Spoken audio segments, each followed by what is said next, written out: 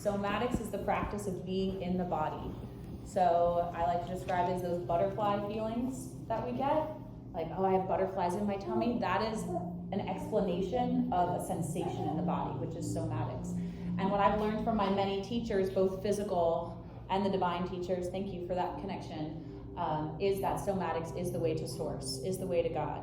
God is within us. God is not around us. God is within us in our nervous system, in those nerve bundles we call chakras. And so the more we learn to feel, the more we learn to name those feelings and be with those feelings, the closer we are to source. And one way that I love to do that is through singing, or more commonly known as toning. So today we'll just start with a few ohms. If you'd like to close your eyes, I invite you to place both feet on the ground or your sits bones on the ground. Just find a way to be connected to Mother Earth. Find a way to feel even closer to the earth and to yourself. And we'll take 3 collective deep breaths.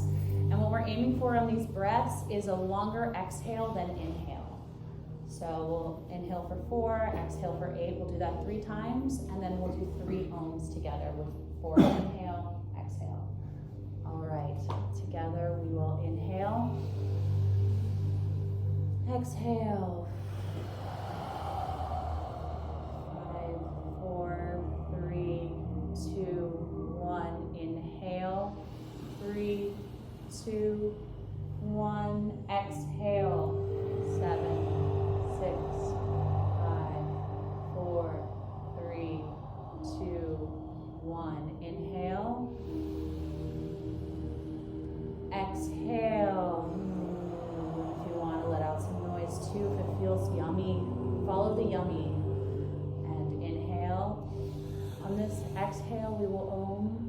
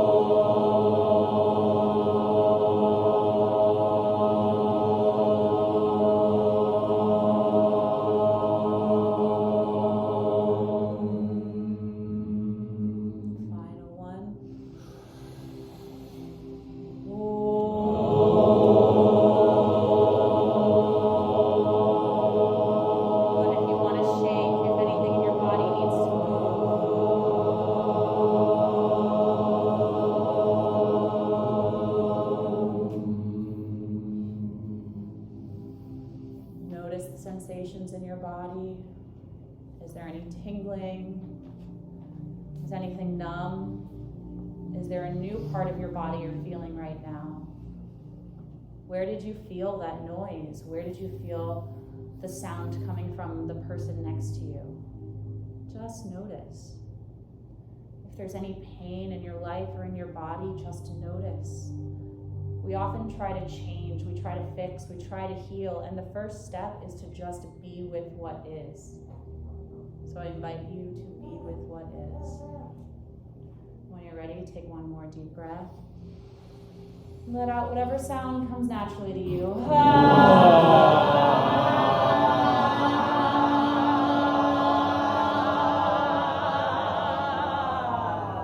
Oh, that felt good. Let's do another one.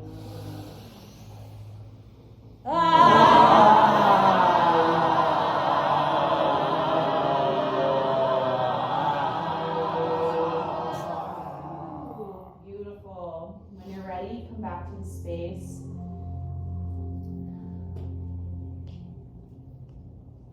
And today I'm going to share with you how I found this somatic singing, this somatic movement. I have many years of experience as a musical theater performer.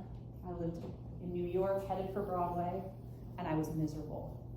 And I was in so much pain. And I put singing and dancing aside for a long time until I discovered somatics and the power that it had to heal.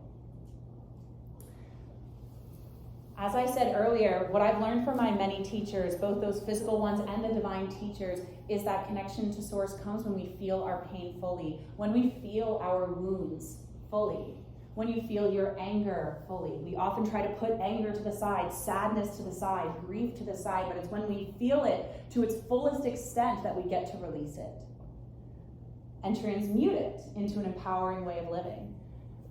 And if it's easy, then you haven't gone deep enough. I've been on this journey of healing my addiction to chaos for a few years now. I learned that the overwhelming anxiety that I experienced was an addiction. It was an addiction to my emotions. And I learned this from my experience in a relationship with a narcissist. And if you want to hear more about that, then my book, Chasing the Dragon, will be out in the spring. Yeah. Thank you, that was fun. I learned many things from this narcissist. When he called me a snake, I learned about myself when he told me I was seeking attention. I learned about myself when he told me I was the chaos, when he made me feel less than, unworthy, and wrong. He also taught me how to find my reset button. When I left, I was determined to feel everything. I was determined to feel all of the pain that I had been holding inside and that I tried to let out through self-harm. And that I tried to let out by screaming but couldn't actually feel. And I was determined to feel it fully so that it didn't follow me the rest of my life like I saw it did to my mom, like I saw it did to my dad, like I saw it did to all the adults around me. I was determined to feel so that I could heal, so that I could transmute and let it go. And I have let it go. I have transmuted. Trust me, it comes up. But now I know how to move it. So I felt and I felt and I felt, and one day I was at a party with beautiful light workers who showed me how to use what I knew as drugs as medicine, and how to use that medicine to move through the pain. And at this party, I discovered the snake dance and reclaimed this snake, this beautiful spirit totem. And I rediscovered something else the narcissist taught me, which is this ball of energy, which I imagine Dr. Tom might talk about today. And this ball of energy I can feel. I feel it right here, and I feel it right here. And I began to dance with it. And this is when I began to dance again. Mm. And you'll often see me at parties in a corner, because sometimes it becomes too much to be around a lot of people, because I feel everyone else's feelings. But being an empath is only as powerful as the boundaries that you have. Mm. So I took this ball of energy and I began to play with it. And I saw it. Thank you to the enhancement of plant medicine. And I see it now. Thank you to my healing journey. And I took this ball and I put it in my pocket for later. And now I dance whenever I need to dance. I'm at the grocery store like, ooh, something hurts, I'm gonna dance now. And I came to Austin in March. I was invited to a summit with what I call macro bros, biohackers, alpha males, all of them learning how to get out of their head and into their body. And I'm around all of these dudes who had spent the day learning about self-development and mindset and how to express themselves better and how to move their health coaching businesses forward and how to play. They had a play workshop. Mm-hmm. And that night we had a dance party. And at this point, I've been fully embodied in my dance. I love when people watch me dance now. I used to dance like no one was watching. Now I dance like everyone's watching and I want them to. My back just cracked with that one. Beautiful. I love it. So we're at this party and we have a DJ. And this DJ's sick. Like, she's killing it. And I get up there behind the microphone. I'm jamming with her. I'm taking all classics. I Will Survive and putting it over her like African wild music, her indigenous feel that she brings to the table. And it was the first time that I did that. It was the first time that I sang without a script. It was the first time that I sang in front of people and just let it out, and I stopped thinking about it and started feeling it. Mm. That is source moving through me. I stopped thinking and I started feeling. And when I was done singing, I dropped right into the middle of the dance floor and kept going because we were having the time of their lives. And I'm looking around at all these dudes and I'm smiling, watching it, their hearts opening. I love it when alpha bros get together and live in their feminine. There's something so beautiful about that. It brings me so much joy. And it's how we cultivate safe men. This is how we create safe men. And I look over at my friend, we're both tall, so we see over everyone.